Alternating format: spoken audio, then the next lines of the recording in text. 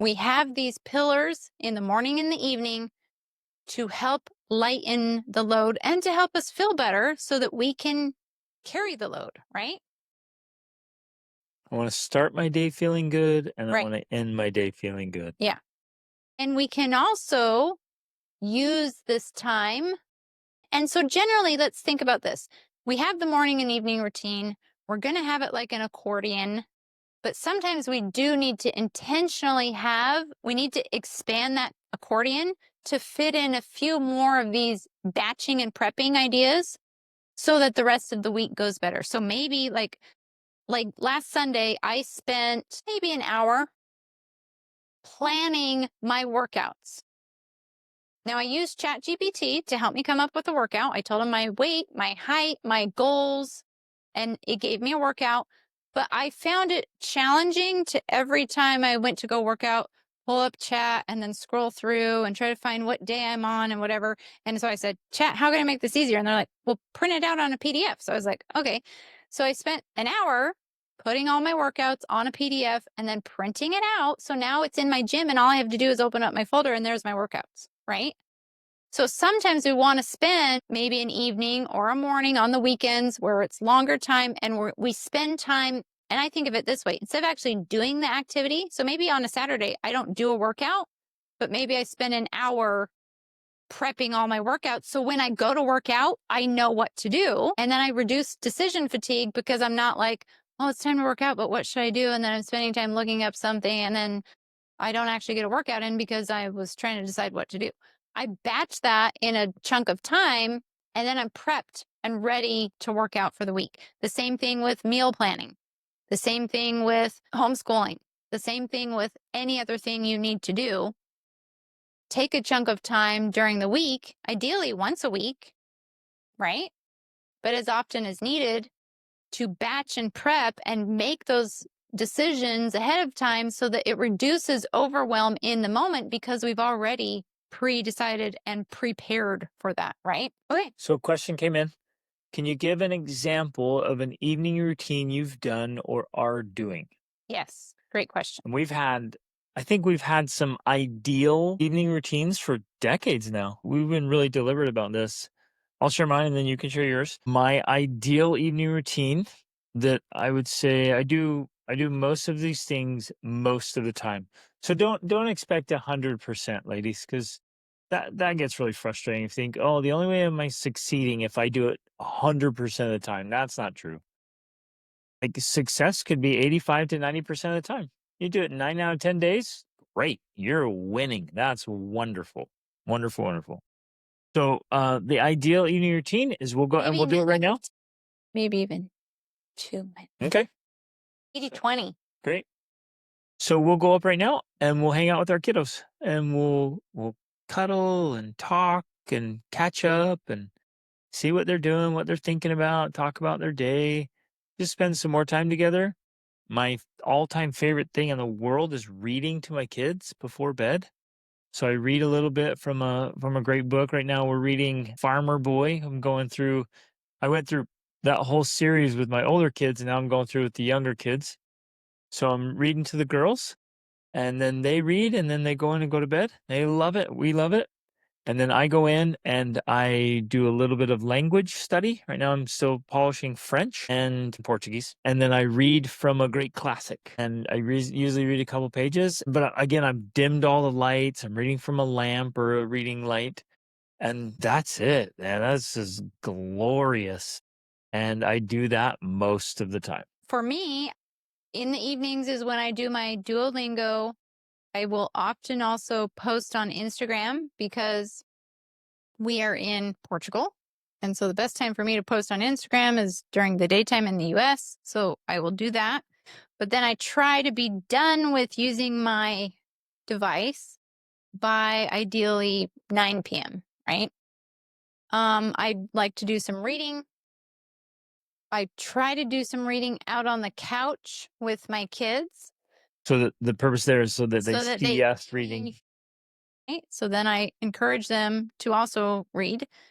And but if not, I read in bed before I go to bed.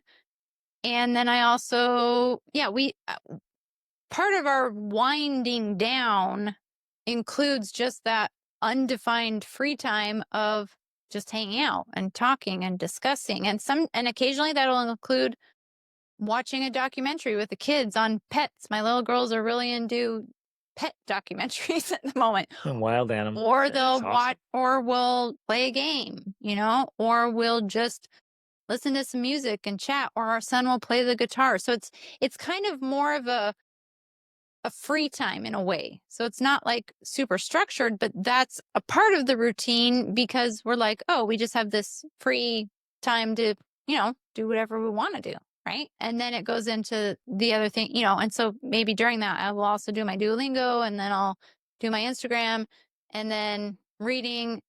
And then, yeah, I essentially, I prefer to like kind of read myself to sleep, but reading something that doesn't, like, not some exciting novel that keeps me awake. I'm going to read something that's interesting, maybe some nonfiction or something that kind of I can get tired of at some point, and like I'm ready to go to bed. And that to me helps turn off my brain. Whereas opposed, I found if I'm looking at a device, right, then my brain is awake. And because of the blue light, it's like everything's activated. So that helps me to really settle my brain so then I can go to sleep. And again, Greg, he usually is asleep by 9:30 or 10.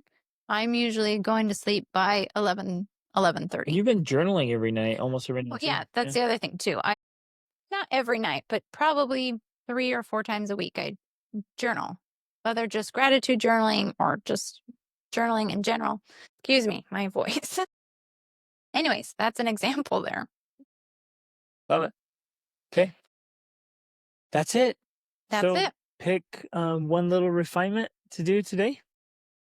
And again, make sure like the whole point here is just so you feel good. To lighten your load, make it possible for you to be able to do more, to have that rejuvenation you need. That is the point. But the key here that we have to drill into you is that consistency, consistency, consistency. The more consistent you're doing these things, again, not perfect, 80-20, 90-10 is the goal. But the more consistent you do them, the better results you'll have. Like Even the if better it's the you short feel. version. Yeah, even if it's the short version. But when you make it a part of your way of being, that is when you're going to, over time, see the real compounding effects of doing these practices and these routines and these rituals. They really do have that power. It's amazing. Awesome. And I don't know. I think this is a gift I have. I literally can see you just absolutely crushing it. Just leading your families, just fully engaged in your marriage and fully present with your kids and running your home like a champ. I can see you doing these morning and evening routines that just make you feel so good, so alive, so at peace, so joyful, so present and empowered. Yeah, It's that's beautiful. possible. It's beautiful. It's powerful. What could be more beautiful than a woman who's just blossoming and feeling good? There's nothing on earth more beautiful than that. Or more powerful, Or I would more, say. yeah, or more powerful. Amen. Yeah. And it's all going to come from these just simple practices Tweak, that make you improvement, feel optimizations. in the best state, make you feel great about yourself and what you're doing. Okay, so this was awesome. Next week, be excited because we're going to dive more specifically into systems and household routines. Because if we want to do more with less stress, one of the things we have to do is optimize our household routines. We have to get better at simplifying things, meal planning, grocery shopping, delegating the housework, automating whatever you can. Like, we're going to go through all that stuff and figure out how do we lighten the load so that we have more freedom mentally, emotionally, more energy to be able to do the things we actually want to do and to be able to actually create the life we want to live. Because so often we're literally just spinning our wheels, taking care of everything that's happening, that we have no time and energy to focus on creating something different, something more powerful. So that's what we're going to be doing next week. So I'm excited. We'll see you then. That is